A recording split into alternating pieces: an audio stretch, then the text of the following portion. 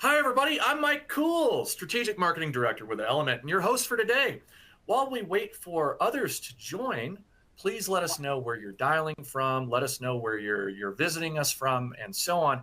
I'm personally, I'm in Colorado. Is there any other folks from Colorado? Please let us know in the chat. Today, we will guide you through fire testing methods and regulations that your materials must comply with. From FAR 25853 to BMS 8-223 and Airbus ABD0031, while showing you how working with Element streamlines your certification path. We're excited to have two experts today leading today's discussion from within the lab, which I'm quite excited here, guys. This is the first time we're doing an on-location webinar like this, so hopefully other folks are excited as well. We've got David Lichtman joining us, Technical Director for Aerospace and Defense Americas.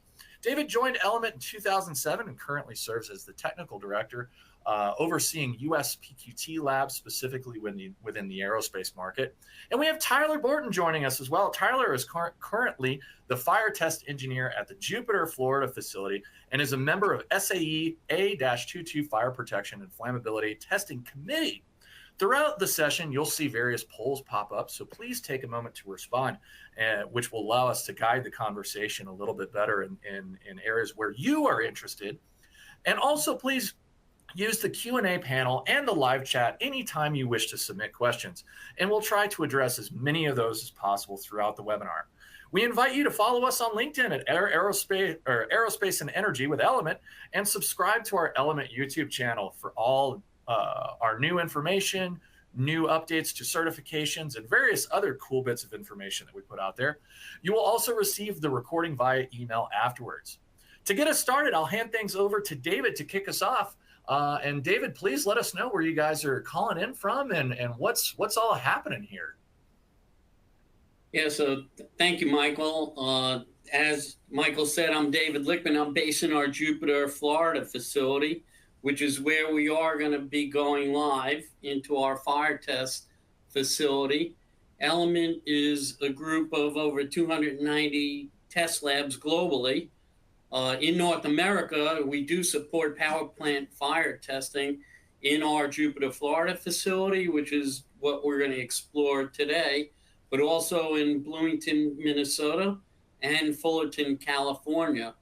So all those facilities are going to have a similar look and feel to what we're going to try and walk you through today. So the idea of today is not just to show you a PowerPoint, to actually walk you through how we set up the test, how we calibrate the flame, what the pass-fail criteria is, and really importantly, what the purpose of the fire testing is. So power plant fire testing, to start with, for a short introduction, is geared toward commercial aircraft, cargo and passenger carrying aircraft.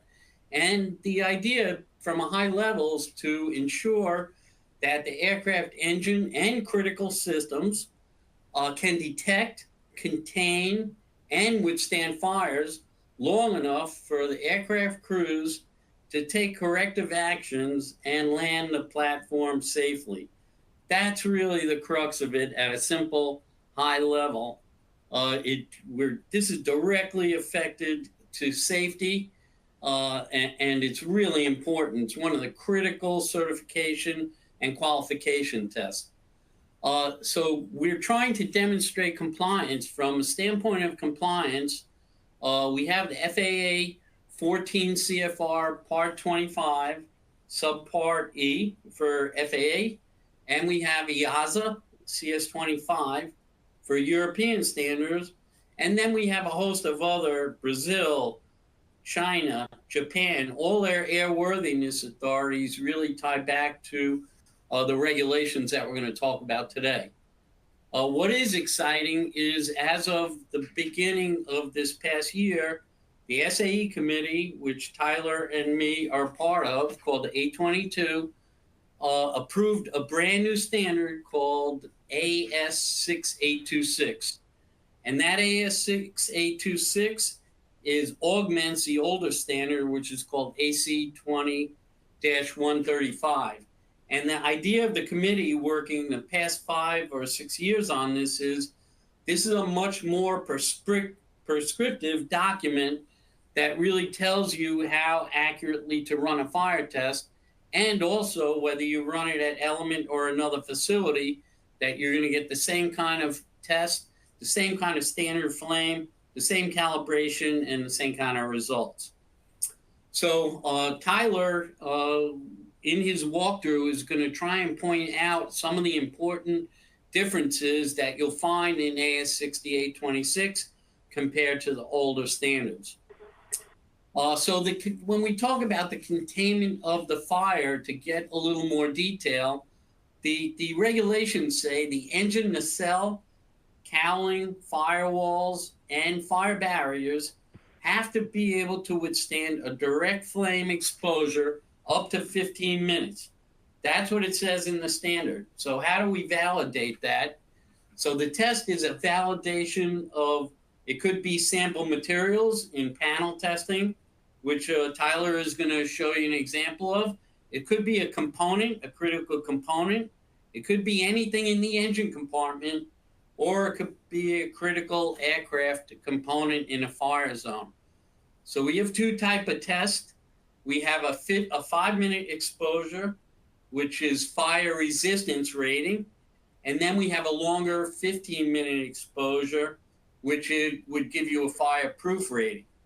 And both of these are done under a standard flame, which Tyler is going to show you as well. The testing is done normally with the unit in an operational worst case condition. So that means the applicant who's making the test plan has to figure out what the worst case scenario would be if there was a fire in the engine or in the aircraft, and that's how we would operate the unit. Sometimes the unit is operating with preheated fuel, sometimes it's oil, sometimes it's Skydrol. It's always the fluid that is in the intended operation in the aircraft. Sometimes the unit has to have a structural load on it. It all depends on the intended operation, and sometimes it has to actually function if it has to perform a safety function while it's under the fire. So at also a high level, like, why do we do this test? Because of aircraft safety, of what I was saying earlier, but it is part of proving airworthiness to the authorities before any plane can be certified and get a type certificate for commercial operation. So power plant fire testing ensures that the aircraft engines or critical systems are able to prevent a catastrophic fire or failure, protect passengers, crew, and meet the safety standards. So that's it in a nutshell. I'm now going to turn it over to Tyler. And as Michael said, this is really the first time we've actually gone live. So we're trying this out for the first time. So bear with us. But Tyler, I'm going to turn it over to you and to give an introduction, and then go. Well, I think we want to start off with the flame calibration area. Definitely. All right. As David said, I'm Ty Boren. I'm the fire test engineer here at Element Material Technologies in Jupiter, Florida. This is our test facility, as you see. So what we can do is we can start off by moving into the cell and kind of going through the steps of what it takes to complete a fire test. So we'll move the camera, we'll move in, and we'll move to the calibration cell.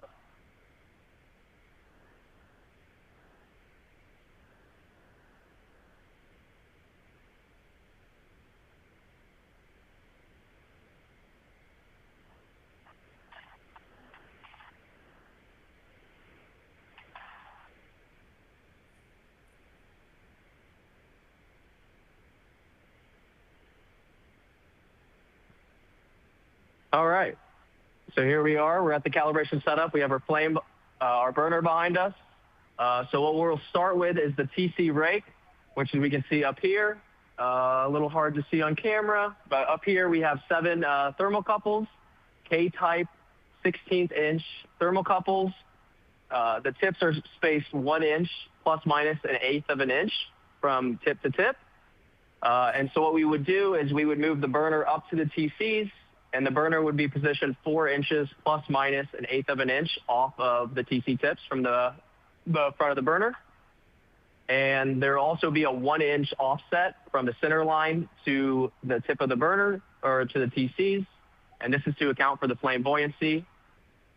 And then so some changes going from AC 20-135 to AS 6826.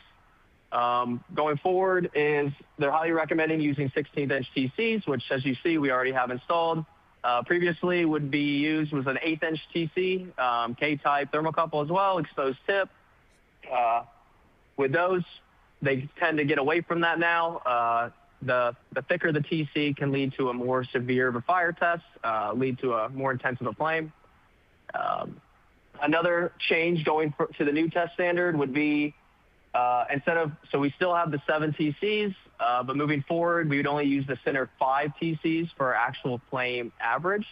So our flame average is 2,000 degree Fahrenheit minimum, and then the individual TCs themselves are 2,000 degrees plus minus 150 F. And another thing going into the new test standard is, so before they didn't previously call out the exposed TC length at the bottom of the TC, also known as the exposed junction. So now it calls out anywhere between 4 to 7 millimeters of exposed TC at the end. On top of that, the TCs are allowed to be slightly above the 2150 mark individually. That would just result in a more severe fire test. And the opposite side of that would be if the TCs are below 1850, any individual TC below that would result in pulling the burner, making some adjustments, and reattempting the calibration. Hey, Tyler, excuse me. Yep. On that, to go back to the average, you were saying in the older standard that the 7 had to be in average, including those 2 outer ones, correct? So in the new standard, the outer one. So in the new standard, you're using the 5, but all of the thermocouples have to be 2,000 degrees plus or minus 150. So I think that's an important difference to point out. So it's making the calibration slightly easier. Where getting those 2 outer thermocouples in the past sometimes was really hard because of the flicker of the flame. Yep, that is correct. All right, so yeah, we will. Yeah, no problem. So what we can do now is we'll move from the TC rake. Now we're down to our calorimeter, or also known as the heat transfer rate device. So with this, we have water flowing through a copper tube. Same thing with the burner spacing from the TC. So we have 4 inches off from the copper tube to the burner face. And then there's the 1-inch offset from the burner center line to the center line of the copper tube itself. The way this piece of equipment works is we have 2 RTDs. Those are both 1/8 inch in diameter. Those are inserted into the ends of the copper tube. And that actually will give us a delta temperature going across the copper tube itself. So when it comes to the actual calibration itself, the burner would be moved into position 4 inches spaced off of the copper tube. You would see the heat flux would start to rise. Our DT would also start to rise. And that's just kind of a little run through of how that process works. So when we're flowing through this copper tube, we're flowing 1 GPM plus minus 2%. The water temperature is between 50 and 70 Fahrenheit. And then so going to the new test standard, AS 6826, it calls out for a specific measurement between the RTD tips itself, which is 36.5 inches plus minus 1/4 of an inch. And then additionally, the water flow rate itself, it's still 1 GPM, but the tolerance is a little more lenient now. So now it's 1 GPM plus minus 0.05 GPM. Hey, Tyler, I got a quick question from Steven here on the Q&A.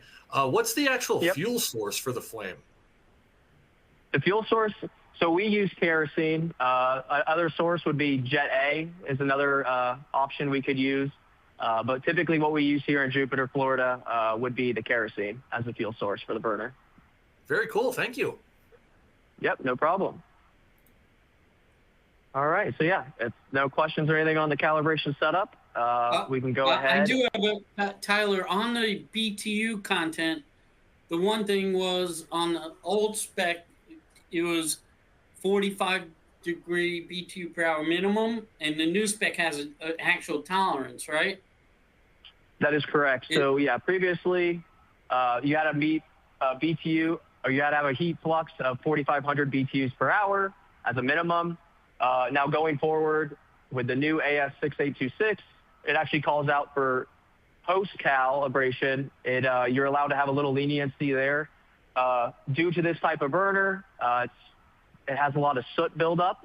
And what we tend to see is the copper tube itself will build up with a thin layer of soot.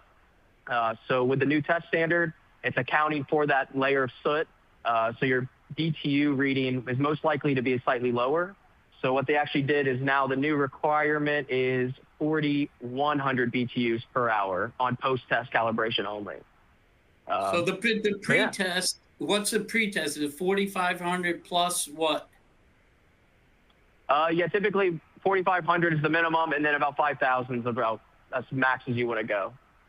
But there's on the AS6826 there's a max BTU versus just saying a minimum on the 20-135? Yes. So that would be 5,000. So that's important because it limits the BTUs. In the old spec, you could crank up the flame to almost whatever you wanted, causing potentially premature failures. That is true, yeah. Resulting, yes, more intensive a flame, for sure. Sure. Yep. All right. So, Tyler, you done with the cal then? Yeah, finish up. If no one else has any questions, we can move on. So I think we're going to move to the target zone and talk about the unit operation, if that's okay. Yeah, we'll move on over that way now.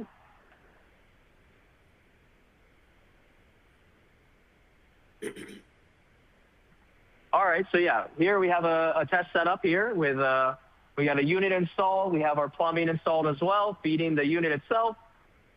So just a quick run through here would be, so we have a unit. We're supplying preconditioned fuel or oil, or in some cases we're able to supply both oil and fuel simultaneously. With that, we are supplying the test article, which typically would call out an FIP, which is your flame impingement point on the unit itself. So based off of where that is, the robot would be positioned in place. We would keep the 4-inch spacing from the FIP, from the burner itself. And then we'd also have that 1-inch offset as well from the center line of the burner to account for the flame buoyancy. As you can see here in the test setup here, we do have a TC that reaches up, and that's our burner reference TC that needs to be within 1/8 of an inch of the test article itself.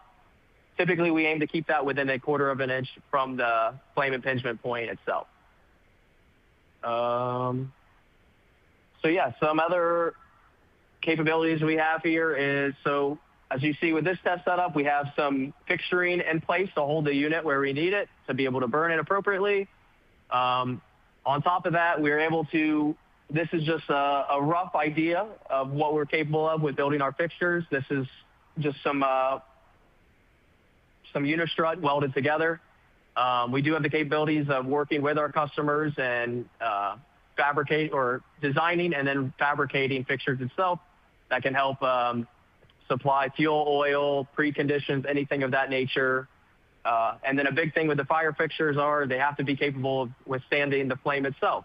So that's something to account for when designing the fixtures themselves.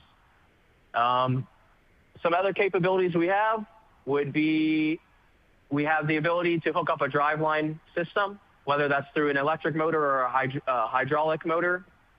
We can spin anywhere up to 1,200 RPM with the hydraulic, anywhere up to about 9,000 RPM with the electric, depending on, obviously, torque, all that, a lot to consider when hooking up motors and drivelines and such.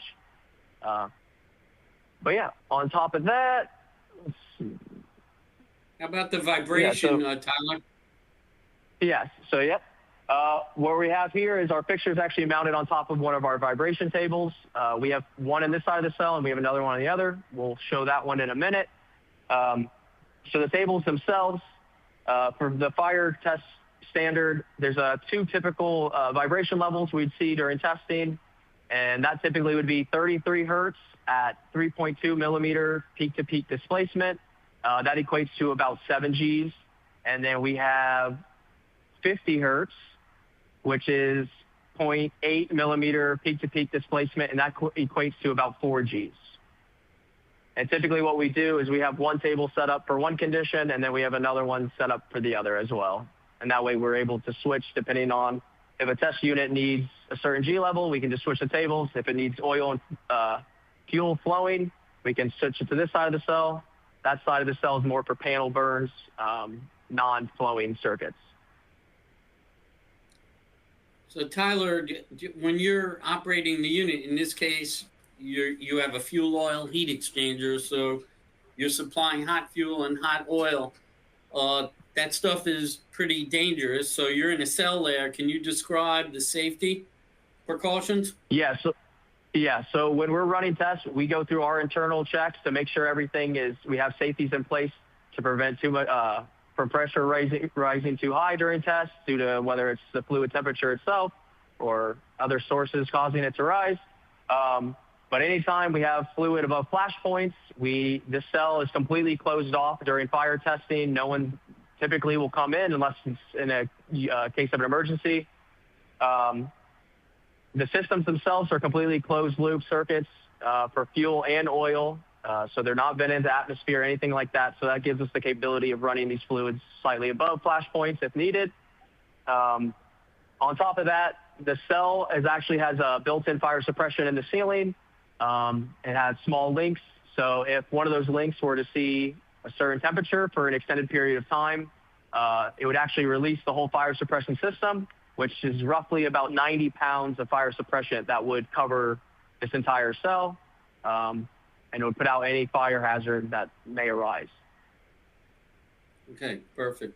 Can you, Tyler, talk about one thing that's really important is the pass-fail criteria for the units. So how do you evaluate that? So yeah, when it comes to pass-fail of test articles, depending on what we are testing, they will have different pass-fail criteria. That's what's given to us via the customer with their qualified test procedure, also known as the QTP. But some examples of pass-fail would be, so if we're doing a fuel oil heat exchanger, something of that extent, the big one would be no leakage. If we're doing, say, a panel burn, you got to make sure there's no backside ignition. That's a big one. And let's see. Another big one is residual flames. That's called out usually specific per QTP. Residual flames can only last a short amount of time after the burner is removed. The unit itself should be able to self-extinguish that residual flame. There's usually a pretty steady cutoff period of a residual flame. So if it exceeds 5 seconds, then it's considered a fail.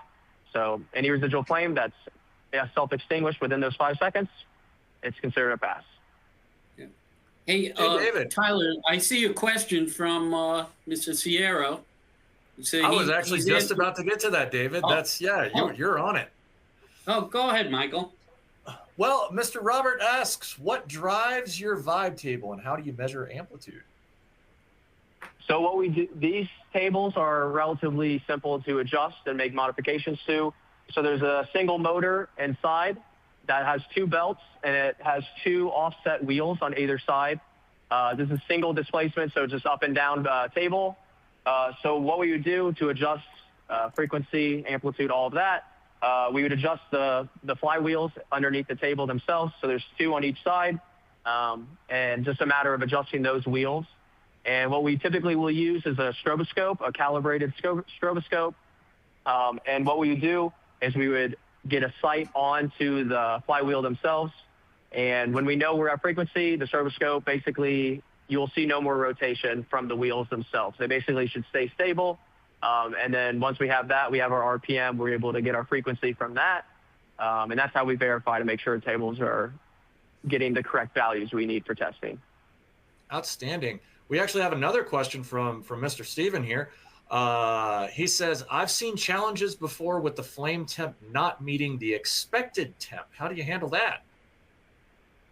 So if the flame is not meeting the required call-out temperatures, so what we would do is we would discover that before doing the burn or anything of that sort nature. So we would do first, it would start on the TC rake, as I said earlier. That would give us an idea. If everything's good there, we would move to the heat flux. If heat flux is out, we would pull the burner, make some adjustments. Some adjustments we can make is to the fuel pressure itself, and then also the airflow that's going through the burner itself.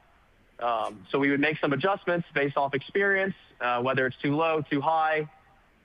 And then once we made those adjustments, we would simply move the burner back to the TC rake and start the calibration from square one, basically, and restart. Then at that point, if we got a good TC reading at the rake and then a good reading at the heat flux, then the burner would be moved over and prepare everything. I'll make sure all conditions are set on the test unit, customer approval, and then at that point, we would burn the unit. Outstanding. Thanks so much to our audience. Keep these questions coming. It's awesome stuff to be able to address these directly. Last one before I hand things back off to you, Tyler, because I really want to see that thing get lit off.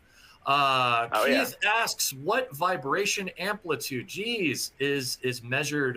Is that measured with an accelerometer? I think is the question here. Yes. So typically when we do our burns, we use 2 accelerometers.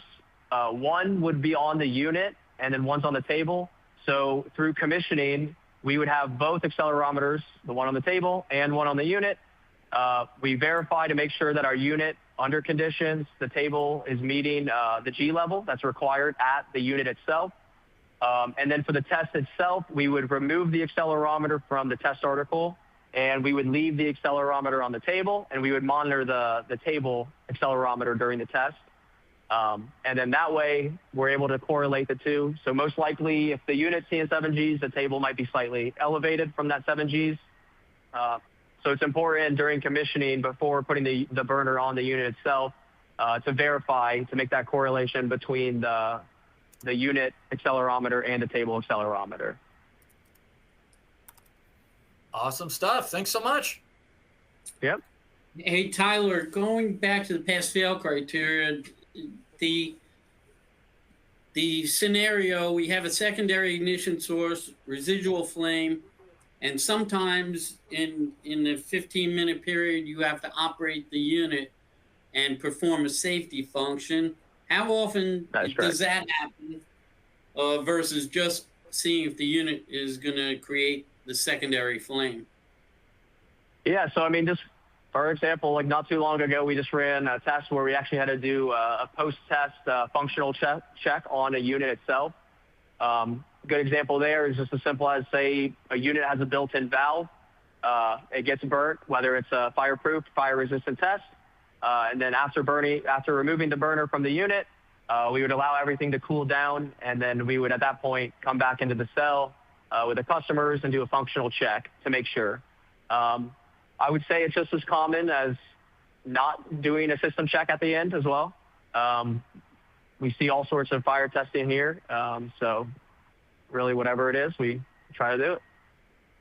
Do you sometimes, when it's under the 15-minute period, do you have to operate it? Yeah, so like I said, for not too long ago, we did run a test where during the test, we actually had to actuate a valve inside the unit. And during the test, it was able to maintain its function, and we were able to control it throughout the whole 15-minute test. But yeah. Okay. If there's no other questions, I think let's move over to the second cell where you have the panel set up and talk about that. All right. One quick thing would be, so I just want to give a quick idea. So the rig you see here, this is a relatively simple rig. We are flowing some fuel and oil to it, but it's not a lot of complexity to it. So a rig like this can be built within usually a week period. If it's a more complex rig where there's preheating and there's oil and fuel at temp, those would typically lead to about a 2-week build time. But typically we don't see any build times over 2 weeks. Is what we aim for. But after that, so yeah, we can move on over to the plenum now, or the other side of the cell.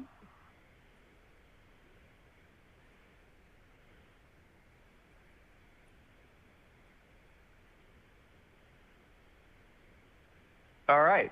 So yeah, now we're on the left side of the fire test cell. Here's our second vibration table as well. On top of it, we have our plenum, which allows for panel testing. And this plenum actually allows for backside airflow. It's important to be able to recreate the conditions that are required by our customers to mimic actual real life scenarios that might happen. So we are able to flow air through here depending on what the velocity is, we can make small adjustments to the plenum and the actual area inside of it if we need to slow down the air or speed it up. Additionally, as you can see on this plenum, we have these 3 holes. These are actually sight glasses. So what we would do, we have 4 cameras that we use during fire testing. 3 are actually in the cell monitoring the test unit, whether that's from the front, the back, or the side of the unit. And then the 4th camera is actually outside the cell recording one of the monitors where we're actually live feed all of the parameters of during the test. The reason why we do that is when the customers are able to play back the videos, you have 4 video feeds all on one monitor, and you're able to directly correlate what's happening in real time to the data that you're seeing on the monitors outside as we're running the test. But another big thing, so with this plenum or doing panel testing, speaking of pass-fail criteria, would be backside ignition, as I said earlier. So ways we monitor for that during these types of tests are we would place a camera behind the vibration table here, actually, so we could see through the sight glasses to see if there's any form of a burn through. On top of that, we will place a thermocouple as well on the backside of the panel. This will allow to give us an idea of how much heat's actually getting through the panel, if there's actually truly a burn through or not. But yeah. And so how do you measure that velocity? Because you have the large amount of air coming in, it's getting squeezed down to get the high velocity. Yes. So yeah, we could use either a Venturi or like a pitot tube. If anybody's familiar with that. It's just a device that goes down into the flow path, takes a few measurements, and it's able to calculate your mass flow going through the plenum itself. So and something we take into... What was that? Go ahead. No, go ahead. Oh, so yeah, like when we're calculating the mass flow going through this plenum during testing, we not only take temperature, we take velocity, we take everything into consideration to get the most accurate velocity passing through this plenum during testing. So if we have someone who asks that they want to do panel testing, so it looks like you have a sample panel there, do we ask them to make it to the size of your plenum? Yeah, so typically what we see for panel testing is panels that are 24 by 24 inches. We also do 12 by 12 panel testing as well. Right now, this plenum is set up for a 24 by 24. But we do have an adapter plate that we could put in place on this plenum, and that would allow for us to test a 12 by 12 panel as well. Okay. So I think that concludes the plenum. I think we're ready to do a flame demo, unless you have anything else, Tyler. I mean, I can touch on a few other capabilities we have here. So one of those being smoke toxicity testing. That's something we actually developed in-house here in Jupiter, Florida, with Element. We came up with the idea based off a need from a customer. So what that's capable of doing is during a test, typically a panel burn is what we see for smoke toxicity. We would actually mount the panel, and we would burn the unit for any other usual panel burn. But what's nice is we actually have a device on the backside of the panel that takes smoke toxicity samples during the test itself. Those samples are collected here, and then they're sent out to a lab for an analysis. And that's something that's included in the test reports of when we do perform smoke toxicity. Another capability we have here is the AS1055 hose testing. I know that requires a bit of duct work that needs to be installed to simulate airflow. So we do actually have built-in duct systems in the ceiling. You can't see now.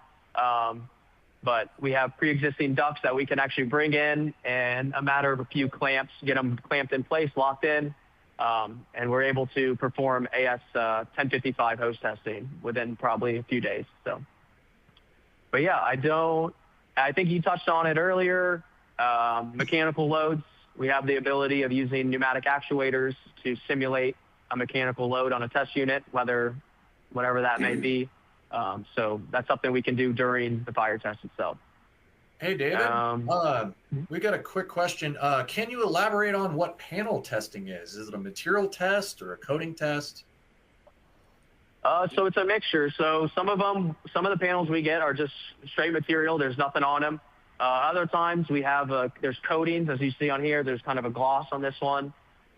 So it depends on what the customer's coming to us with for testing for that specific panel. But all sorts of panel testing we're able to do. And, Awesome. and sometimes we put a physical load on the panel. Sometimes he would just take that white panel and install it in the plenum. And sometimes we would have a panel with the physical load on it, or it would have a coating that kind of burns off to have a cooling effect. So it all depends.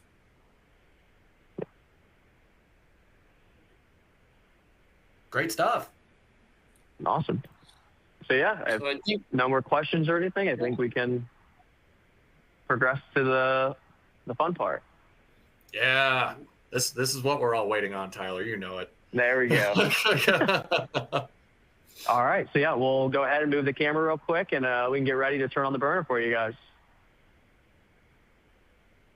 All right.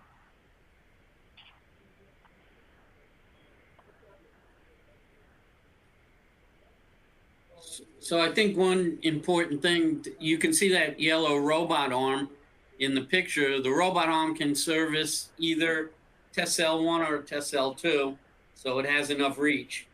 And we can move the calibration setup to one side or the other when we're running. All right. If everybody's ready, I'm going to exit the cell at this moment, but then we're going to turn the burner on for a little bit and let you guys see what it looks like. And then, yeah, we'll turn it back off and I'll come back in.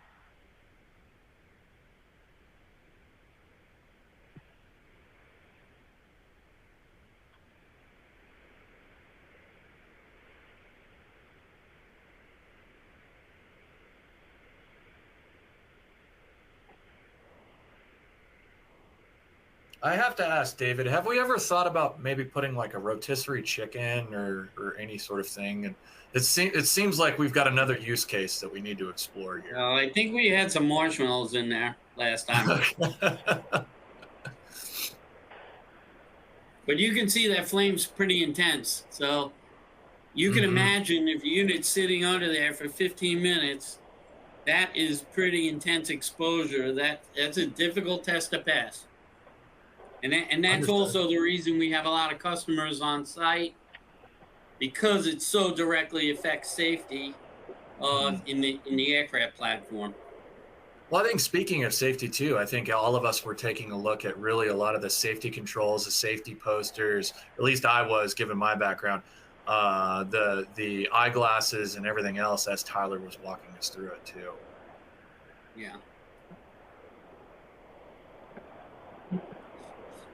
So you can see when Element has its vision of making tomorrow safer than today, this test is probably one of the most perfect examples of how that relates.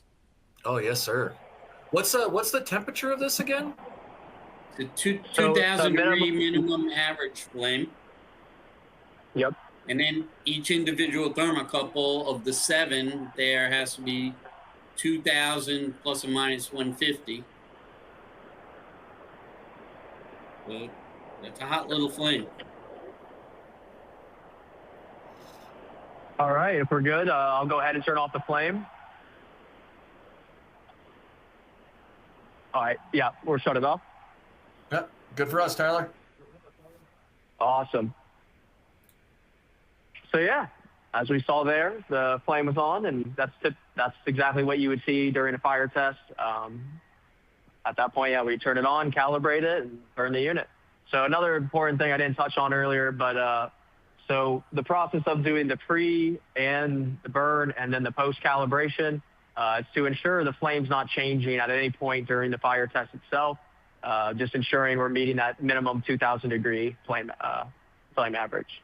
So, Tyler, when we talk about in the committee the flame mapping, do you ever get involved in mapping that flame? yeah, so what we do here at our location in Jupiter, Florida, we actually do a flame mapping every 6 months.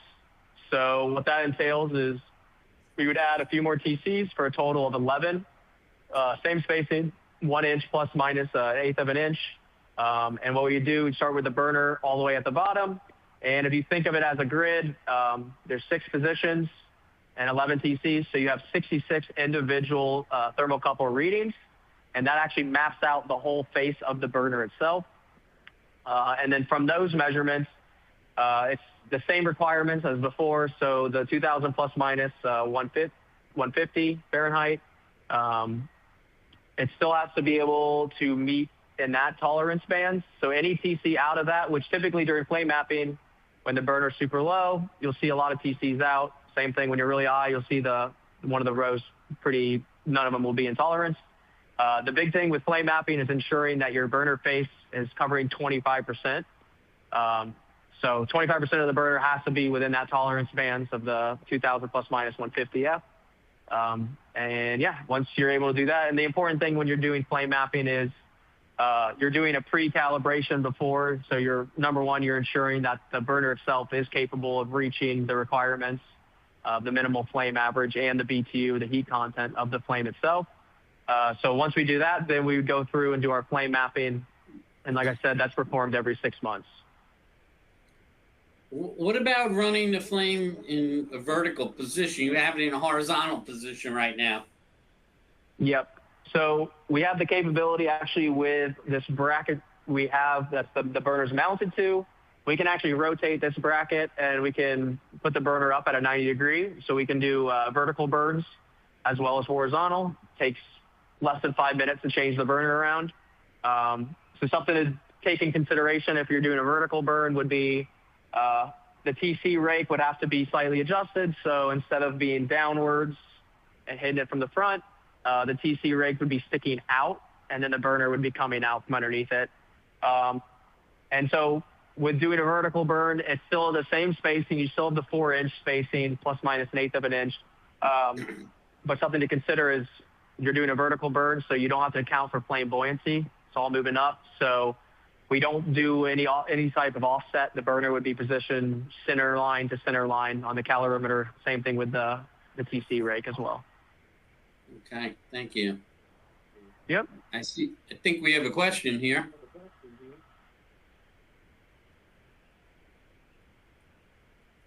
So the question is, can it be applied to fabric testing for seats? The answer to that is really no. The fabric and materials testing is a different test that Element does do, but not at Jupiter Lab. That's a different test that uses a different burner that measures also smoke and toxicity in a different way than Tyler was saying. It is a test that we do, but it's completely different with a smaller burner and totally different apparatus and different calibration and different pass-fail criteria. So that would be done in our Los Angeles lab.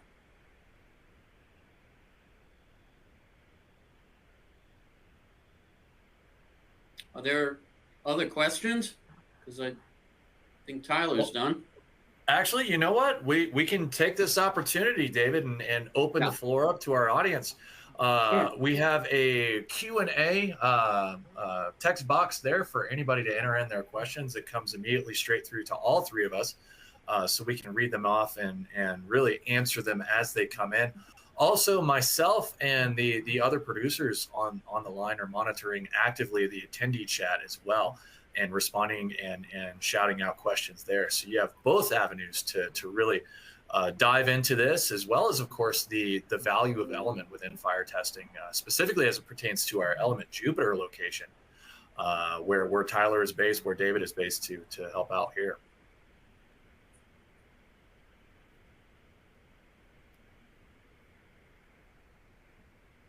Let's kind of leave this open here for a few minutes. Yeah.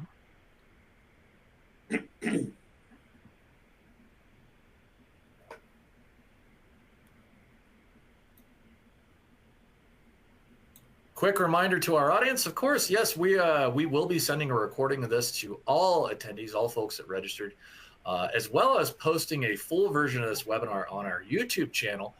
So feel free to subscribe to see all of this video as well as all of our new videos coming out as we kind of focus on not only our testing at the labs, the people at the labs, of course, our Element experts, as well as a lot of new applications that Element is actively addressing and developing tests for.